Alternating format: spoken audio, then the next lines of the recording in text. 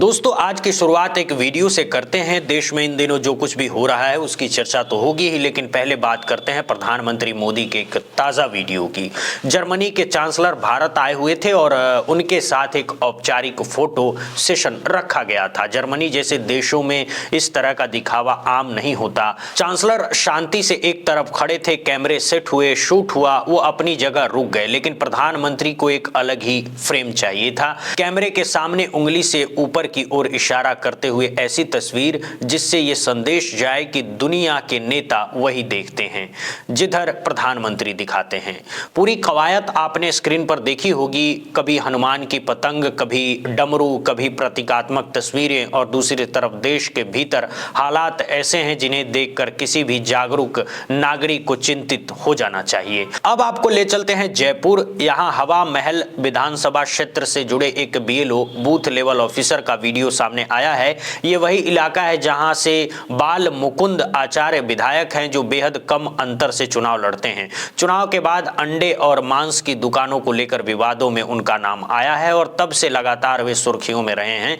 इस viral video में BLO साफ कह रहा है कि 470 मतदाताओं में से लगभग 40% नाम हटाने का दबाव बनाया जा रहा है। ये मुस्लिम बहुल इलाका है, इसीलिए स्वाभाविक तौर पर सवाल उठना लाजमी है कि हटाए जाने वाले मतदाता कौन है। वीडियो में बीएलओ ये भी कहता है कि उससे कहा जा रहा है कि वोटर लिस्ट इस तरह साफ की जाए जिससे विधायक को चुनाव जीतने में आसानी हो। स्थानीय स्तर पर विधायक को महाराज कहा जाता है। बीएलओ इतना परेशान है कि वो यहाँ तक कहता है कि वो डीएम कार्यालय के सामने भूख हड़ताल करेगा, यहां तक कि जान देने की बात भी करता है। ये सिर्फ एक इलाके की बात नहीं है, उस बड़े खेल की झलक है जिसमें कथित तौर पर भाजपा विरोधी वोटरों के नाम देश भर में हटाए जाने का आरोप लग रहा है। बंगाल में ममता बनर्जी के आरोप हो, यूपी में अखिलेश यादव की बात हो, या अब एक बीएलओ का खुला बयान, तस्वीर चिंताजनक है। ये भी संभव है कि इस बीएलओ को इसकी कीमत चुकानी पड़े, नौकरी पर से संकट आ जाए, दबाव डाला जाए, परेशान किया जाए, लेकिन इतना जरूर कहा जाना चाहिए कि उन्होंने साहस दिखाया है और उस सच्चाई को रिकॉर्ड में लाया है जिसे लेकर आम जनता पहले से आशंकित थी। लोकतंत्र को धीरे धीरे एक तमाशे में बदला जा रहा है। ये बीएलओ एक सरकारी स्कूल में अंग्रेजी पढ़ाते हैं। उनका कहना है कि एसआईआर जैसे कामों का बोझ इतना अधिक है कि बच्चे पढ़ाई से वंचित हो रहे हैं। उसने कहा है कि 470 फॉर्म सिर्फ 2 दिनों में निपटाए जाएं, जबकि इसमें से कम 70 घंटे का समय लगेगा, यानी 24 घंटे काम करने पर भी ये संभव नहीं है। उन्होंने ये भी बताया है कि आसपास के उन बूथों पर कोई आपत्ति दर्ज नहीं की गई है जहां अधिकांश मतदाता हिंदू हैं। आपत्तियां केवल उन इलाकों में दर्ज की गई हैं जहां मुस्लिम मतदाता अधिक है। बीएलओ का कहना है कि उनका किसी समुदाय के खिलाफ कोई एजेंडा नहीं है, लेकिन जिन लोगों के नाम हटाने की बात हो रही है वे सभी वहीं के स्थानीय निवासी हैं जिनके पुश्तैनी घर उसी इलाके में है। अब बुलंदशहर का एक और मामला देखिए। एक वीडियो सामने आया है जिसे सरल पटेल ने साझा किया है। इसमें दिखाया गया है कि एक मुस्लिम व्यक्ति के पते पर 60 से अधिक हिंदू मतदाताओं के नाम दर्ज हैं। घर मुस्लिम का है लेकिन वोटर लिस्ट में दर्ज लोग कोई और हैं। ये लोग कौन हैं, कहां से हैं, इसका कोई स्पष्ट जवाब नहीं है। सवाल साफ है, ऐसा क्यों किया गया है? एक तरफ नफरती भाषणों की बाढ़ है, दूसरी तरफ वोटर लिस्ट में हेर फेर के आरोप है। मध्य प्रदेश से आया एक वीडियो और भी डरावना है। बजरंग दल के बैनर के नीचे माइक हाथ में लिए एक व्यक्ति खुलेआम मुसलमानों के खिलाफ हिंसा की बातें करता है। भीड़ से नारे दोहरवाए जाते हैं और गोली मारने, काटने और मार डालने की धमकियां दी जाती है। ये सब सिर्फ एक बयान नहीं है, ये लोकतंत्र और सामाजिक सौहार्द के लिए खतरे की घंटी है। अगर ये सब हमें बड़ा मुद्दा नहीं लगता तो हमें ये भी सोचना चाहिए कि कहीं हम इस लोकतंत्र की हत्या के मूक सहयोगी तो नहीं बनते जा रहे हैं। उमर खालिद किसी भाषण और व्हाट्सएप मैसेज के आधार पर सालों से जेल में है। सरजिल इमाम भी 5 साल से बंद है, जमानत तक नहीं मिली है, लेकिन खुलेआम माइक लेकर एक समुदाय को काटने मारने की धमकी देने वाले लोगों पर न तो केस होता है न गिरफ्तारी। बजरंग दल को आतंकवादी संगठन कहने पर लोगों को आपत्ति होती है, लेकिन नफरत फैलाने वालों पर कोई कार्रवाई नहीं। ये वही मध्य प्रदेश है जहां एक मुसलमान अपनी जमीन पर अपनी जेब से 20 लाख खर्च कर स्कूल बनवाना चाहता है तो बुलडोजर चला दिया जाता है। यही वो राज्य है जहां कभी आदिवासी के मुंह पे पेशाब कर दिया जाता है। कभी मुसलमानों के खिलाफ हिंसा होती है और ज़्यादातर मामलों में दोषियों पर कोई सख्त कार्रवाई नहीं होती।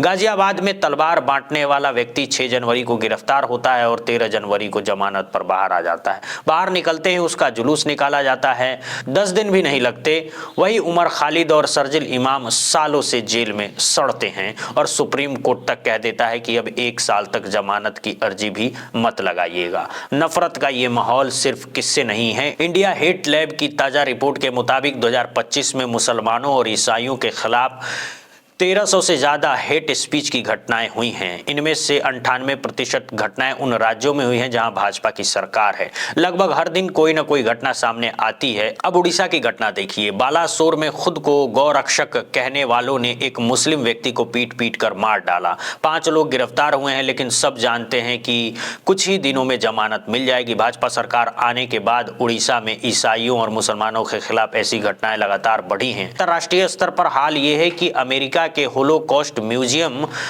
की रिपोर्ट में भारत को अल्पसंख्यकों के खिलाफ हिंसा के मामलों में 168 देशों में चौथे नंबर पर रखा गया है। इससे ज्यादा शर्मनाक स्थिति और क्या हो सकती है।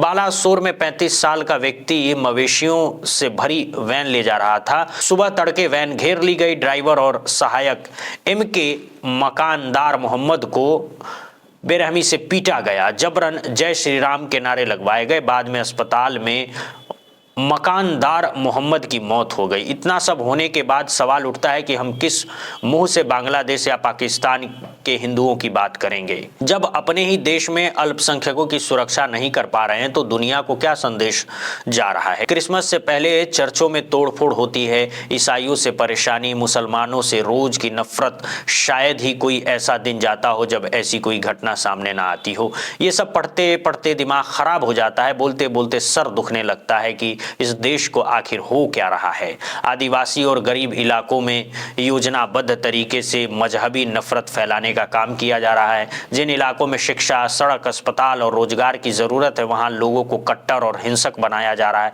मध्य प्रदेश का जो वीडियो सामने आया है वो भी आदिवासी इलाके का है। वहां विकास नहीं, सिर्फ जहर बोया जा रहा है। ऐसा लगता है जैसे देश के भीतर सिविल वॉर की मानसिकता तैयार की जा रही है।